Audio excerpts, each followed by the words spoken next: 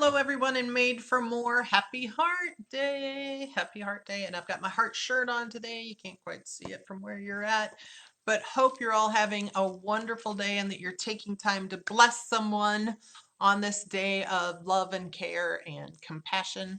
And I'm thrilled to be here with you tonight. I know most of you will be catching the replay, which is totally great. I just wanted to stick to our schedule, and my guy, he's still up riding horses. So I knew I had time. We're going to make this happen. Now, oops, I need to get in. I'm going to open up. So I like having the computer on the side. And wouldn't you know, I forgot to set my do not disturb. So let's get that set too. All right, now we're good. Hello, hello. And then we'll get my volume down. Sorry about all of that. I should have had that done ahead of time. So tonight, I want you to comment on what causes you to be unproductive. What causes you to be unproductive? So if you're watching live, put live and state what causes you to be unproductive. If you're catching the replay later, write replay. What causes you to be unproductive? And if this is your first time watching one of the videos from this group, please put new and list what causes you to be unproductive. So hello, Miss Rachel. Glad you could get in here tonight. And the question is, Rachel, what causes you to be unproductive? Why are you unproductive? Because that's what we're going to talk about tonight. So society has become so very busy, so very busy. And sometimes I wonder, is it an epidemic or is it self-created? Now, I haven't been in the public workforce for about 9 years, but in all of the time prior to that, um, it almost sometimes seemed like a competition. Who could say they're the busiest? Everybody's busy. And so I wondered, God, are we really that busy? Then I sat down, I'm like, yeah, we are that busy. But if we can learn to be more efficient and more productive, maybe we can bring some sanity to that busy cycle. So that's what I want to talk about tonight. We're going to talk about the 10 habits of highly productive people. Now, sometimes I'll admit it seems like it takes a superpower. Uh, that the people who are so productive, you think, do they have a superpower of some kind? What is going on? Well, if that is the case, I want to say, I want to be Wonder Woman. I love action heroes. I have loved watching Wonder Woman since I was a little kid. I think it was last year another Wonder Woman movie came out. Love it, love it, love it. So if I get to pick a superhero to be so I can have superpowers, Wonder Woman is totally it. She always did this or this. I don't know, this. Anyway, that's what I want. But I don't think we get to choose superpowers. I don't think we do. But if becoming more productive makes us that way, then I am all in. Hey there, Kaylin. So again, share with me what makes you unproductive or what keeps you from being your most productive self. So highly productive people understand the importance of habits. Typically, the minimum time needed for a new habit is 21 days. And if you're going to create a new habit, you also have to let some bad habits go. I actually think if you're really going to solidify a new habit, you probably need more like 90 days, which can seem scary, but it kind of makes sense. If we spent this many years being inefficient, it's going to take some time to learn new habits. So I'm going to go through these quickly because I know it's a special night. People have things to do, but we are going to cover 10 of them. So buckle up, take notes, and be ready. So number one, highly productive people prioritize sleep. Now that may seem like an easy one, but sleep is crucial to productivity. And 30% of Americans are sleep deprived. So what happens then? That means you're moodier, you have trouble concentrating, your memory is not as strong. Hey there, Deb. Poor cognitive function, impaired judgment, all kinds of things happen when you're sleep deprived. If sleep suffers, work production or work performance decreases, and obviously your production suffers. So sleep is everything. Now, I've been real honest with this group. I have told you from the start, I love my sleep. I love my sleep. So I'm at the other end of the spectrum. I want my 8 hours. If I can get a little more, wonderful. But I have got to start training myself to pare that down closer to 7. Because if I could get an hour a day, 7 more hours in my week of activity, oh my gosh, I could be so much further in reaching my goals. So I've told you all, you've got to help me be accountable to that. But nobody's come up and actually said, Vanette, get your butt out of bed. But I'm still working on it. I'm not giving up on it. I'm working on it. Okay, number 2, highly productive people take care of their body. Plain and simple. If you don't take care of your body, production suffers. Productive people tend to nourish themselves with superfoods that help nourish the brain, increase brain function, enhance mood. They pay attention to the foods they consume. Usually it's whole foods. They stay away from processed foods. Some of that may seem, well, duh, but how many people actually do it? How many people actually do it? How many people actually fuel their body and their brain for productivity? They also tend to exercise and have quiet time, some meditation time. So exercise releases endorphins, increases productivity. Meditation, that quiet time, rejuvenates the brain, rejuvenates the mind, increases productivity. So when you overwork and neglect your body, that's when you're headed to burnout.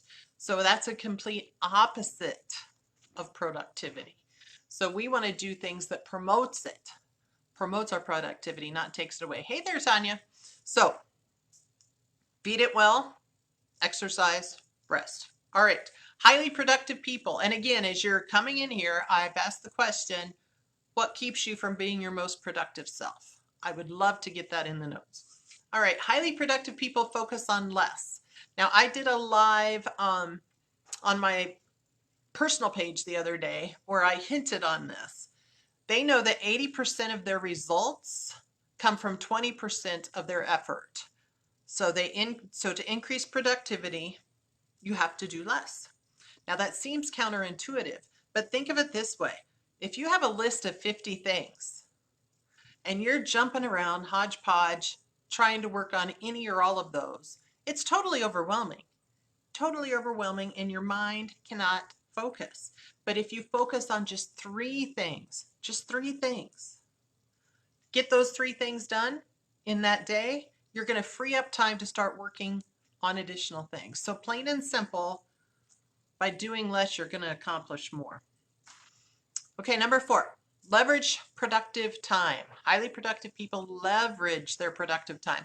So all of us are different. All of our bodies are different. We all have different productive times. Some people it's at night, so they need to be doing more of their creative stuff at night. But for most people, it's in the morning. So most people are super productive in the morning and then get into a slump in the afternoon. So we need to complete those most important tasks when we're most productive. So if you don't have enough time, you need to wake up earlier, says Vanette Grover to herself. Again, if it's at night, stay up later. But use your energy wisely and leverage those times you're most productive. All right, number 5. And I am rushing through these, I know. Hang with me.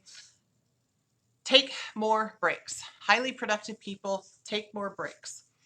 One technique that I've started using is called the Pomodoro technique. That's where you pick one task, you work on it for 25 minutes, and then you take a 5-minute break. Come back, one task for 25 minutes, take a 5-minute break. You do that 4 times, 4 cycles. Then you give yourself a little bit longer break, say 20 to 30 minutes. What happens is our energy ebbs and flows every 90 to 120 minutes. It's just a natural cycle. So when we hit that wall, that means our brain and our body needs that time to rejuvenate so we can come back and tackle that next cycle. Now those increments could be more. You could do a 90-minute increment within a longer break, but think about how that energy needs replenished. So it's not so much the interval of time that's critical as it is the breaks that break those cycles up that are critical. Important. All right, number 6, highly productive people plan ahead. This is another area I have not done well at, but I am doing my best to improve. So production doesn't happen by accident. You have to be intentional and you have to plan ahead. So highly productive people, they get control of that idea the day before. If they're leaving work, they have it laid out for the next day. Or the night before, perhaps if you have a small business or work from home, you've got it laid out for the next day. So there's no question when you get up the next day and start to tackle your work, you know exactly what you need to be doing. So if we can start working on that, getting planned out ahead of time, we'll look like a goal crusher as well. If we fail to plan, we plan to fail. So keep that in mind. All right, number 7, this is a big one. Highly productive people do not multitask. Lots of people think multitasking is a skill. Actually, multitasking is a myth. It does not exist. And for years, for over 20 years, in the position I had in the public realm, I thought I was a true multitasker. I thought I was the ultimate multitasker. And for me, what did multitasking look like? It meant nothing ever got put away because I was always going from this to this to this to this to this to this. I knew where it all was, but all over the place. Well, guess what? Productive people single task. They understand the importance of just getting that thing done. When we try to jump around, you're actually causing your brain to start to focus on something and then move to something else and then move to something else. You never get in a flow. You never get in a flow. So by thinking we're able to multitask, we're being much less efficient, much less productive. Now, research also shows that trying to multitask lowers your IQ. Great. And that constantly switching gears of the brain just isn't going to get you there. So let's start single tasking instead of switch tasking, as you might call it. All right, number 8, highly effective people, highly productive people, use systems. And they use systems that work for them. So not everybody has to use the same system, but you take time to figure out what works well for you. So systems are simply methods or processes that people use to get more done. So I mentioned that Pomodoro technique already. Some of us, like Debbie, I know, uses the Franklin Covey planners, which are awesome because you determine what your priority tasks are, and then within that task or within that goal, you prioritize again what's most important to get done. Time blocking is great. I've been working on that as well. Batching is great for those of you that may do things on social media. I've had a few weeks of success here, but I'm not consistent yet. But on Sunday night, if I can determine my social media posts for the week, get them done, get them prepared, even get them scheduled, oh my gosh, then the week totally flows. But like I said, I'm not fully successful yet. I'm not anywhere near the 90 days to get that habit in, but I'm working on it. Even just a structured routine that works for you that you keep doing over and over and over, that's a system. All right, number 9, highly productive people focus on getting things done, not perfect. And we talked about this last week when we talked about progress, not perfection. So focus on completing tasks and getting results, not on perfecting the task. Just focus on getting or completing the tasks and getting results. Whew. Number 10. I don't know if I've ever talked this fast on one of these before. Number 10, highly productive people use technology as a tool. Highly productive people understand that technology is a medium that can help them get production, help them be productive. And they're willing to take the time to set up the systems on technology. For me, one of the biggest things I've done lately is take time to set up Google Sheets. Some of you know what Google Sheets are, some of you may not. Basically, I've always kept all of my work with all of my customers. I have a home business, all of my customers in all of these notebooks. And so if I went somewhere, I had to take a bunch of notebooks with me. just because I wanted to make sure I was ready in case somebody contacted me and needed something and all of that. That was getting ridiculous. I've done this long enough. It was just getting ridiculous. Well, a few weeks ago, I finally took time to go to Google Sheets. So it's saved on the cloud. It's basically a spreadsheet system. But if I update something on my computer, it updates it on the cloud. So I immediately have the that information. I can get it from my phone. I can get it from my laptop. I can get it from anywhere. So it has been a total improvement for me. The only reason I hadn't done it before, hey Tammy, is I didn't want to take the time to set it up.